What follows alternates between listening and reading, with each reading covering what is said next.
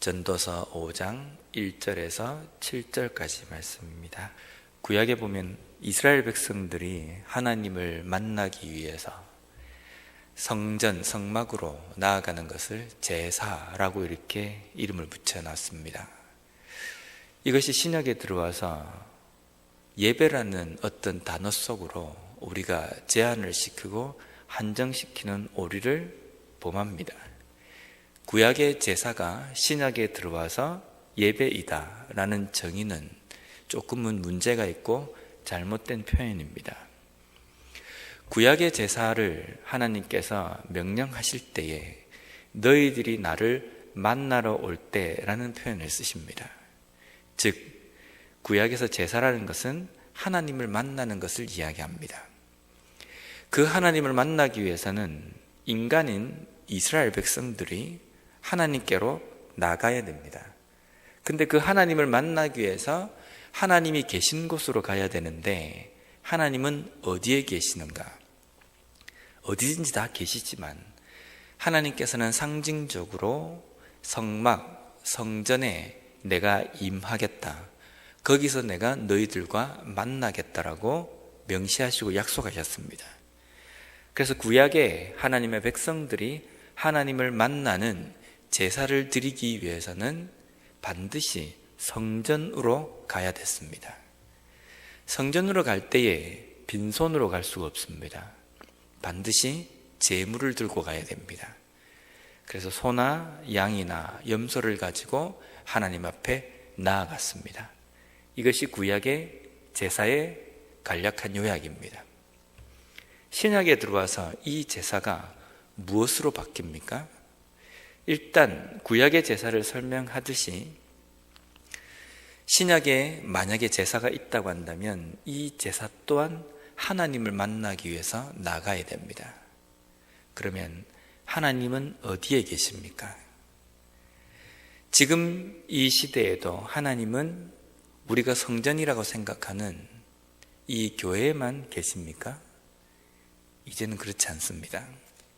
이제는 하나님이 우리의 삶 가운데, 우리의 영 가운데 함께 거하십니다. 그래서 신약에는 우리의 몸이 곧 거룩한 성령이 거하는 전이라고 이렇게 표현하고 있습니다. 그래서 우리 몸이 곧 성전이 되는 겁니다. 우리 몸이 성전이기 때문에 우리의 몸이, 우리의 삶이 하나님이 거하시는 곳이 되는 겁니다. 그러면 우리가 하나님을 만나기 위하여서 갈 곳은 멀리 갈 필요가 없는 것이 아니에요. 멀리 갈 필요가 없습니다. 바로 내 삶 속에서 하나님을 만나는 그 제사가 이루어져야 됩니다. 매일매일 삶 속에서 하나님의 임재하심, 하나님이 거하심, 그리고 그 하나님을 만나는 것이 이루어져야 됩니다. 구약의 제사에는 제물이 있어야 되고 제사장이 있어야 됩니다. 그러면 오늘날에 우리의 이 산 제사에는 어떤 것이 제물이며 누가 제사장이 됩니까? 로마서 12장 1절 말씀에 보면 이렇게 기록하고 있습니다. 그러므로 형제들아 내가 하나님의 모든 자비하심으로 너희를 권하노니 너희 몸을 하나님이 기뻐하시는 거룩한 산 제물로 드리라. 이는 너희가 드릴 영적 예배니라. 여기에 제물이 우리 자신이 된다는 겁니다. 내 삶의 성전에 하나님을 만나는 제사를 드리기 위해서 제물이 있어야 되는데 그 제물이 우리 자신이 되는 겁니다. 그럼 제사장이 있어야 됩니다. 제사장은 누가 제사장이 되는 겁니까? 우리입니다. 우리가 곧 거룩한 나라요 제사장이라는 겁니다. 우리가 제사장이 되고 또한 우리가 하나님 앞에 예배를 드리러 가는 예배자가 되는 겁니다. 지금 현재 우리가 살아가는 삶 속에서 제사는 예배당 안에서 드리는 예배가 아니라 우리의 삶이 제사가 되는 겁니다. 특별한 어떤 곳에서만 하나님이 임재하시는 것이 아니라 우리의 삶 속에 하나님이 계시고 그 하나님과 만나는 것이 예배요 제사라고 이야기한다고 한다면 매일매일 삶 속에서 우리는 하나님과 만나는 이 교제가 이루어져야 됩니다. 오늘 읽은 이 본문 말씀에도 보면 1절을 이렇게 시작하고 있습니다. 너는 하나님의 집에 들어갈 때에 라는 표현으로 시작합니다. 하나님의 집에 들어갈 때에. 구약에 이렇게 적혀 있는 것은 하나님을 만나러 갈 때에, 하나님께 제사를 하러 들어갈 때에 라는 표현입니다. 구약에는 이렇게 표현이 쓰여졌다고 한다면 이 표현을 오늘날 우리의 삶 속에 적용한다면 어떻게 바꾸었으면 되겠습니까? 매일매일 삶 속에서 하나님과 교제할 때에 라는 표현으로 바꾸었을 수 있습니다. 우리가 매일매일 삶 속에서 하나님을 만날 때에 하나님과 교제를 하고 하나님께 예배를 드리고 우리의 삶의 제사를 드릴 때에 어떻게 해야 되냐면요, 내 발을 삼가하고 가까이 하여 말씀을 듣는 것이 우매한 자들이 제물 드리는 것보다 나으니 그들은 악을 행하면서도 깨닫지 못함이니라. 발을 삼가하고 말을 들으라는 겁니다. 우리가 하나님 앞에 나아가고 하나님을 만나러 갈 때에 라는 이 생각이 예배당 안에서, 교회당 안에서 예배를 드리는 것만을 국한해 놓고 거기에만 제한해 놓으면요, 우리의 삶에서 내 삶이 어떻든 예배를 들어가기 위해서 교회당을 들어가기 전에 교회당에 들어가기 전에 내가 회개하고 들어가면 된다라는 생각을 가지게 됩니다. 형식적인 예배에 들어가기 전에 내가 깨끗하면 된다. 왜냐하면 하나님을 만나는 것이 이 예배이기 때문이다 라는 생각을 갖게 되면 그렇게 되는 겁니다. 그런데 우리의 매일매일의 삶이 제사라고 이야기하거든요. 내 삶이 하나님 앞에 제사에 드려지는 산 제물이라고 이야기합니다. 그러면 우리가 거룩하고 우리의 발을 삼가하고 깨끗하게 준비를 해야 되는 것은 주일날 새벽에 수요일날 예배를 드리러 오기 전에만 이루어지는 것이 아니라 매일매일 삶 속에서 우리는 거룩과 깨끗함과 성결함으로 준비되는 삶이 되어야 되는 겁니다. 왜냐하면 이 제사라는 것이 매일매일 우리의 삶 속에서 일어나고 있기 때문입니다. 매일매일 우리가 하나님을 만나는 이 제사가 이루어지는 것에 대해서 우리는 그렇게 소중하게 생각하지 않습니다. 하나님을 만나러 가는 것에 대해서 내가 깨끗해야 되고 내가 좀 거룩하게 준비되어야 된다는 생각이 조금 희박한 것 같아요. 그냥 그 한 시간에, 정해진 그 시간에 내가 나가서 찬송하고 설교만 들으면 된다, 이것을 예배라고 생각합니다. 근데 우리의 삶 전체가 하나님 앞에 드려지는 것이고 매일매일 삶 속에서 우리는 하나님을 만나는 그 작업이 이루어져야 되는데 그 이루어지는 삶의 제사에서는 거룩, 순결, 선결에 대해서 우리가 별로 그렇게 중요하게 생각하고 있지 않다는 겁니다. 우리가 하나님을 만날 때에 제물이 중요하지 않습니다. 오늘 본문의 1절 말씀에 보면 우매한 자는 하나님의 말씀을 듣는 것보다 제물 드리는 것에 집중한다 라고 되어 있습니다. 구약시대에 실제 그랬습니다. 이스라엘 백성들이 하나님 앞에 제사를 드리러 성전에 나올 때에 지금 현재 자신의 삶이 어떻게 되느냐, 이게 중요한 것이 아니라 내가 짐승을 잡아서 하나님 앞에 피를 흘리고 그 짐승을 제물로 드렸다, 이 형식에만 집중했습니다. 그래서 자기 마음은 어떻느냐, 이것이 중요한 것이 아니라 제물 하나 태워가지고 하나님 앞에 드렸으니까 내가 제사를 드리는 이 의무를 다했다, 그러고 성전 밖을 나갔습니다. 이것을 하나님은 너희들이 마음은 없고 입술로만 나를 공경하고 와서 그 제물에 담겨있는 의미가 마음이 없고 마당만 밟고 가다가 마당만 밟다가 가는 그러한 제사를 나에게 드린다, 나는 그것을 싫어한다. 나는 그것을 받지 않는다. 라고 말씀하셨습니다. 오늘날 우리의 삶 속에서도 마찬가지입니다. 내가 하나님과 만난다, 교제를 한다라고 이야기할 때에는요, 하나님께서 나에게 무엇을 원하시는가, 무엇을 말씀하시는가, 그걸 좀 들으려고 해야 됩니다.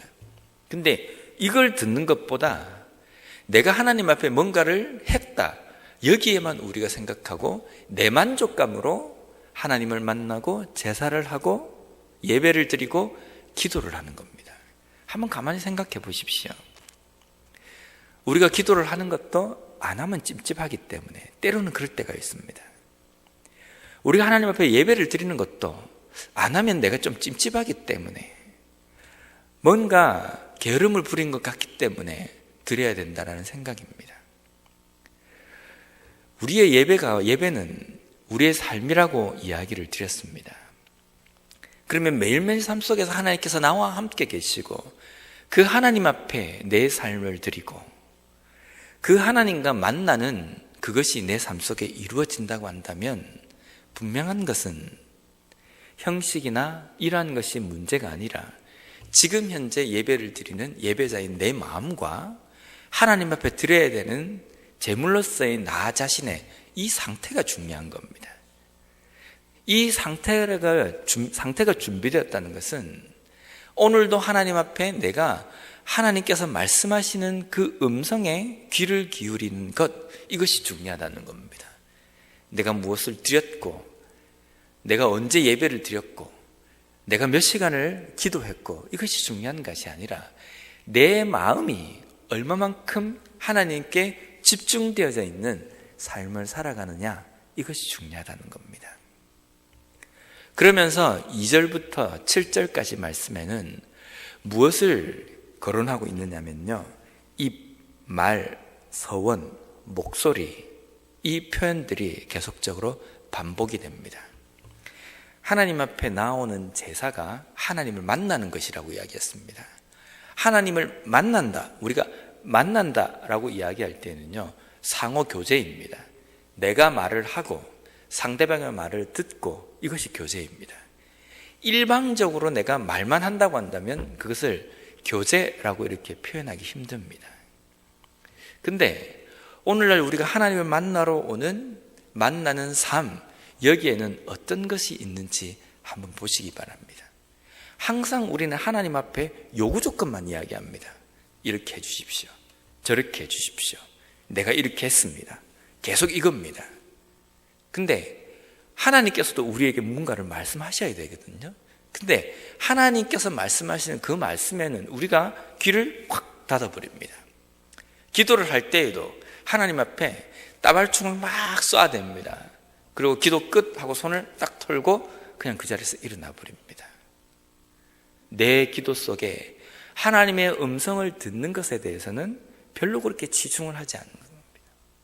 실제 우리의 삶에 중요한 것은 내가 하나님의 뭔가를 아는 것이 중요한 것이 아니라 하나님께서 나에게 무엇을 요구하시고 어떤 삶을 살기를 원하시는지 듣는 것이 중요한 겁니다. 하나님, 제가 무엇이 지금 잘못되었습니까? 하나님, 저에게 말씀해 주십시오. 제가 듣겠습니다. 제 삶 속에서 어떻게 살아가길 원하십니까? 하나님, 저에게 말씀해 주십시오. 제가 그것을 듣겠습니다. 이렇게 돼야 되지 않습니까? 근데 그것에는 별로 그렇게 중요하게 생각하지 않고 내가 무엇을 간구하고 내가 하나님 앞에 무언가를 요구하는 것, 이것이 우리의 예배와 우리가 하나님 앞에 드리는 기도의 전부가 되어버렸습니다. 그래서 예배를 드리고 나면 내가 위로를 받았다, 이것으로 끝이 나는 겁니다. 오늘 하나님께서 내 삶 속에 이러한 찔림을 주셨다, 그래서 내가 이렇게 살아가야 되겠다, 각오와 결단이 우리의 삶에 있어야 되는데요, 오늘 내가 참 예배가 내 마음에 든다, 이것으로 끝이 나는 겁니다. 오늘 참 예배가 듣기 좋았다, 이런 것으로 끝이 나는 겁니다. 오늘 내가 기도를 함으로 인해서 내 마음이 좀 이렇게 후련해졌다, 이것으로 끝이 나지 하나님께서 내 마음속에 이런 명령을 하셨다, 이런 부담감을 나에게 주셨다, 이러한 경우가 잘 없다는 겁니다. 오늘 이 2절부터 7절에 나와 있는 이 말, 이 모든 것들이 하나님 앞에 나올 때에 너희들의 말을 많이 할 것이 아니라, 너희들이 선하는 것을 내뱉는 것이 아니라 내 말을 듣는 것이 중요하다는 겁니다. 우매한 자는, 예배자가 아닌 우매한 자는, 어리석은 자는 하나님 앞에 나오면서도 자기의 삶 속에 하나님의 듣는 것이 부족하기 때문에 악을 행하고 있으면서도 무엇이 잘못되었는지 깨닫지 못한다는 겁니다. 우리가 듣는 것이 참 중요합니다. 특히 하나님의 말씀을 듣는 것이 중요합니다. 듣는다는 것은 그냥 귀로 듣는 것이 아니라 마음으로 듣는 겁니다. 그래서 잠언 1장 33절에는 오직 내 말을 듣는 자는 평안히 살며 재앙의 두려움이 없이 안전하리라, 이렇게 말씀하고 있습니다. 하나님의 말씀을 듣는 것은 평안히 살며 재앙이 없고 두려움 없이 살아가는 겁니다. 그렇지 않습니까? 우리의 인생의 주인, 우리의 인생의 열쇠를 갖고 계시는 분이 하나님이시기 때문에 우리의 인생의 문제를 두려움 없이 잘 살아가기 위해서는 하나님의 말씀에 귀를 기울이는 겁니다. 인생의 주인이신 하나님의 말씀에 귀를 기울이는 겁니다. 그러면 이렇게 살아갈 수 있습니다.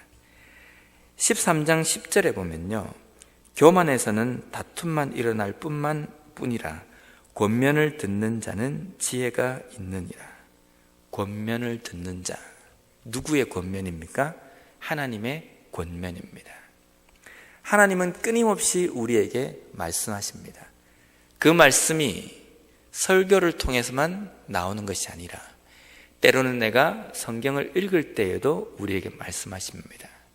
때로는 옆에 있는 지체를 통해서 우리에게 권면하십니다.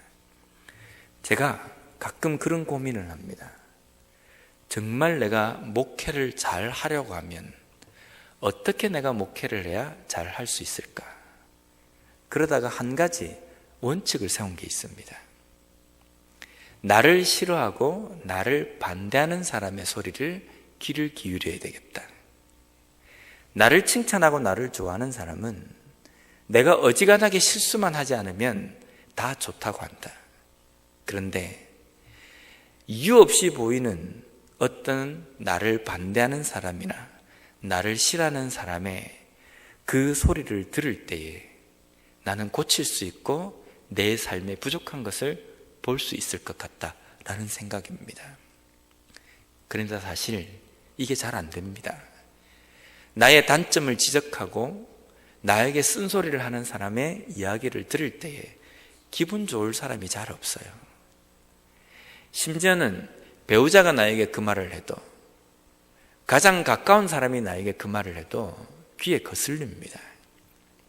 근데 그 거슬릴 때에 우리가 잘 생각해야 됩니다. 이것이 어쩌면 하나님께서 나에게 이 사람을 통해서 하시는 말씀이다 라고 생각하면, 그렇게 생각하고 들으면 내 삶 속에 부족한 부분을 다시 한번 고칠 수가 있다는 겁니다. 우리가 하나님을 섬기고 예수 그리스도의 제자로 이 땅의 삶을 살아간다는 것은 칭찬만 듣고 살아가는 것을 의미하진 않습니다. 내가 마음에 들고 내가 좋은 것만을 하면서 그러한 것만을 내가 추구하면서 살아가는 것이 십자가의 길, 제자의 길이 아닙니다. 때로는 내 삶의 부족한 부분을 강하게 찌르는 비수 같은 말을 받아들이고 그것을 포용할 필요도 있습니다. 때로는 나에게 쓴소리를 하는 것을 달게 듣고 그것이 하나님께서 말씀하시는 음성으로 들으며 내 삶 속에서 모난 부분을 깎아내고 도무지 고칠 수 없는 틀에 박혀 있는 내 생각도 바꾸어야 하는 것이 제자의 길이기도 합니다. 그래서 어떤 면에 봤을 때는 정말 만신창이가 되는 것 같고 내 삶이 너덜너덜해지는 것 같은 느낌이 들 때도 있고 내 삶이 갈겨갈기 찢어지는 것 같은 느낌이 들 때도 있습니다. 맞습니다. 내가 완전히 조각조각 나버리는 것이 십자가의 길이고 제자의 길입니다. 내가 그렇게 죽는 것이 그 길이라는 겁니다. 내가 죽으면 내 삶 속에 그 다음부터 어떠한 일이 일어납니까? 하나님께서 살아계십니다. 하나님께서 역사하십니다. 내가 죽어야 하나님이 역사하십니다. 그렇기 때문에 제대로 된 십자가의 길, 그리스도의 길, 제자로서의 길을 걸어간다고 한다면 때로는 내 심장을 후벼 파는 그 말 속에서도 포용하고 나를 볼 수 있는 그러한 마음이 되어야 된다는 겁니다. 우리는 매일매일 삶 속에서 하나님과 교제하며 예배하는 사람이라고 고백하는 사람들입니다. 그 예배의 자리에 어떠한 일이 일어나고 있습니까? 하나님의 말씀에 집중하며 하나님께서 나에게 무엇을 명령하시고 오늘도 무엇을 죽여야 한다라고 이야기하시는가? 나의 어떠한 모난 부분을 깎기를 원하시는가? 그것을 듣는 것이, 그것을 듣기 위해서 나아가는 것이 예배이고 제사입니다. 그것이 또한 하나님과 교제가 일어나는 삶입니다. 그러한 삶을 온전히 살아감으로 말미암아 오늘도 우리의 삶에 일어나는 삶의 예배 가운데에서 하나님께서 말씀하시는 그 말씀에 민감하게 반응하는 우리가 되었으면 좋겠습니다.